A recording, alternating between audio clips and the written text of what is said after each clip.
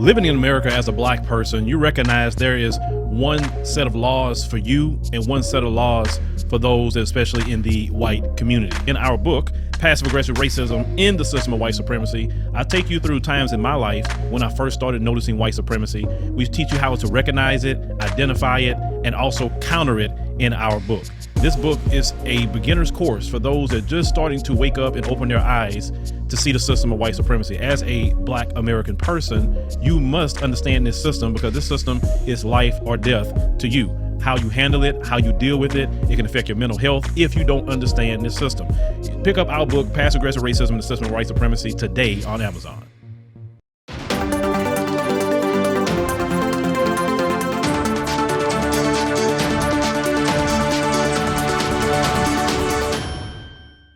Marcus Garvey, the most dangerous enemy of the Negro race. Have you heard about that?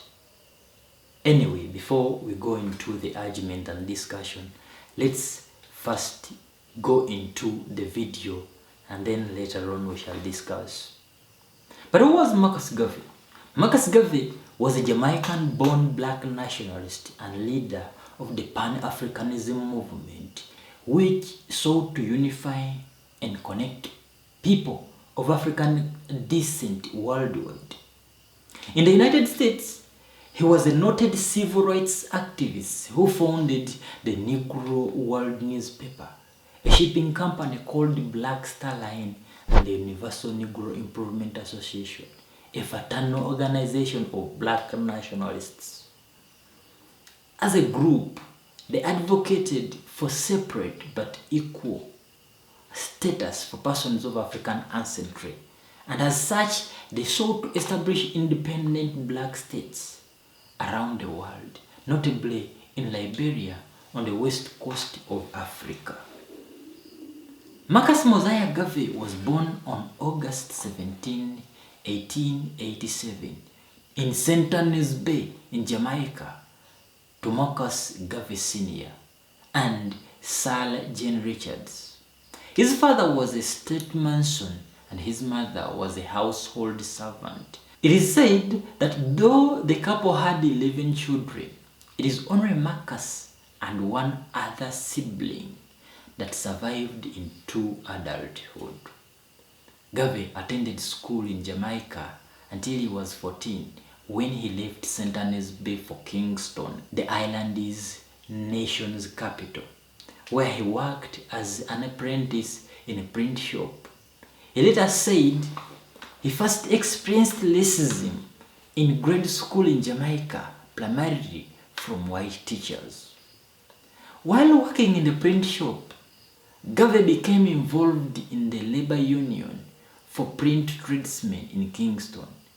This work would set the stage for his activism. Garvey spent time in Central America where he had relatives before moving to London in 1912. While in Britain, he attended the University of London's Blackbeard College where he studied law and philosophy. He also worked for a Pan-Africanism newspaper and led debates at Speaker's Corner in Hyde Park, London, a famous spot in the city for public discourses even up to today. After 2 years in London, where he received an education that would likely have been unavailable to him in the Americans because of his color and everything like that, Garvey returned to Jamaica. It was during this time that he started the Universal Negro Improvement Association. Garvey also began corresponding with Booker T. Washington, the African-American leader, author, and activist who had been born into slavery. In 1916, Garvey boarded a ship bound to the United States, where, as a dramatic and invigorating public speaker, he intended to go on a lecture tour. He ended up settling in New York City, where he first spoke at the famous St. Mark's Church before embarking on a 38-city speaking tour. He also took on work in a print shop in order to make ends meet here and there.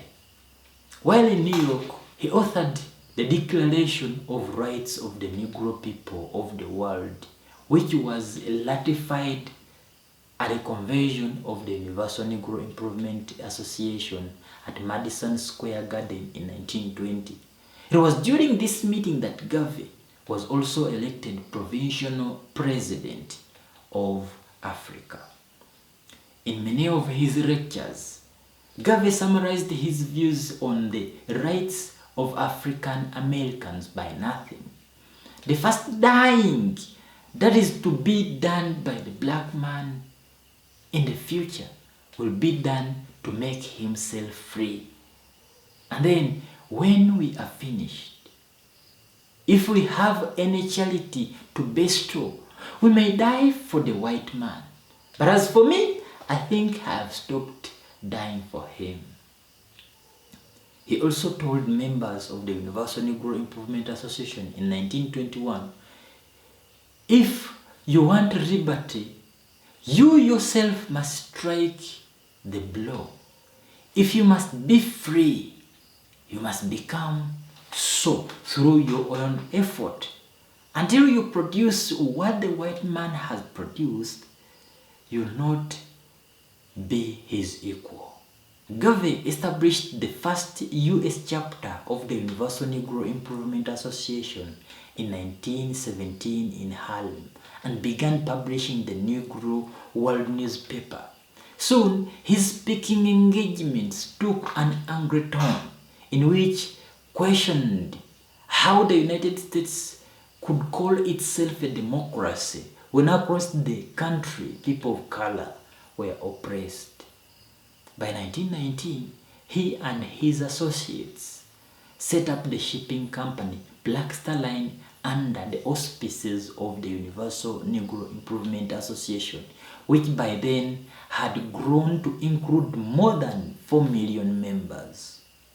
Not long after the Black Star Line had purchased its first ship, the SS Yarmouth, and named it SS Frederick Douglass, the company began its African Redemption Liberia program with the idea of establishing a nation on the west coast of Africa for African Americans or those who were born into slavery or were the descendants of enslaved people. Garvey was married twice. His first marriage to Amy Ashwood, who was a fellow activist in the Universal Negro Improvement Association, ended in divorce in 1922. Later that year, Garvey remarried Amy Jacques, who was also active in social causes. The couple had 2 sons, Marcus Mosiah Garvey III and Julius Winston Garvey. Because of his outspoken activism and black nationalism, Garvey became a target of J. Edgar Hoover at the Bureau of Investigation. The Bureau of Investigation began investigating Garvey on charges of mail fraud in a connection with the brochure of the Black Star Line that included a photo of a ship before the company actually had a vessel in its fleet. Hoover, who referred to Garvey as a notorious Negro agitator, even hired the first Black Bureau of Investigation agent in 1919 to spy on Garvey. In 1923, after a controversial trial, Garvey was found guilty of those charges and sentenced to a maximum of 5 years in prison. He blamed the Jewish judge and Jewish jurors for his conviction, saying that they sought retribution against him after he had agreed to meet with the Grand Wizard of the Ku Klux Klan several months prior to the trial. Garvey believed he and the Ku Klux Klan or the KKK shared similar views on segregation, given that he sought a separate state of African Americans. He began serving his sentence at the Atlanta prison in 1925. It is from there that he authored the famous paper, First Message to the Negroes of the World from Atlanta prison. In it, he wrote, "After my enemies are satisfied, in life or death I shall come back to you, to serve even as I have served before. In life I shall be the same, in death I shall be a terror to the foes of Negro liberty. If death has power, then count on me in death to be the real Marcus Garvey I would like to be. If I may come in an earthquake, or clone, or plague, or pestilence, or as God would have me, then assure that I shall never desert you and make your enemies triumph over you." When he was released from prison in 1928 after serving 3 years of his sentence, Garvey traveled to Geneva, Switzerland to speak to the League of Nations on issues of race and worldwide abuse of people of color. A few months later, he returned to Jamaica, where he established the People's Political Party, that nation's first modern political organization. Its platform focused on workers' rights and the poor. In 1935, Garvey returned to London, where he lived and worked until his death at the age of 52.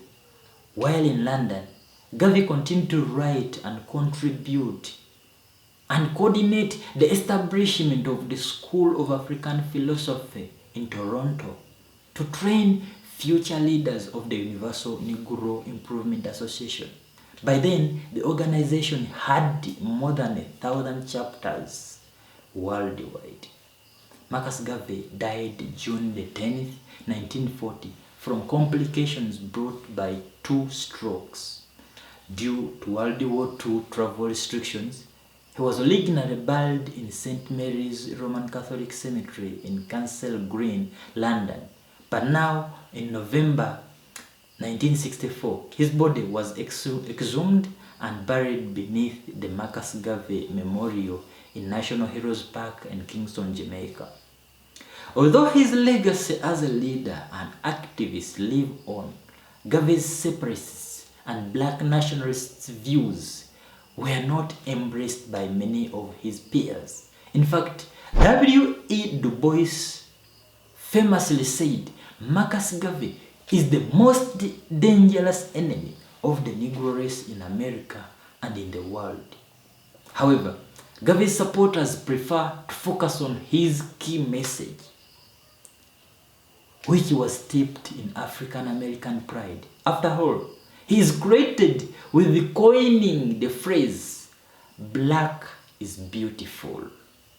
His philosophy is perhaps best exemplified in the following quote: "We must colonize our own saints, create our own martyrs, and elevate to position of fame and honor black men and women who have made their distinct contributions to our racial history.